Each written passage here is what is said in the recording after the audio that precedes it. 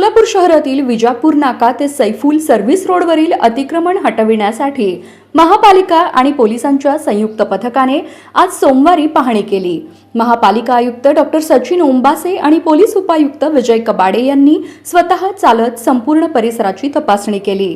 रस्त्याच्या दोन्ही बाजूंना अनधिकृत लाकडी खोके, खाद्यपदार्थ विक्री गाड्या, चायनीज स्टॉल, कच्च्या बांधकामातील गोडाऊन आणि लोखंडी खोके यामुळे रहदारीस अडथळा निर्माण होत आहे।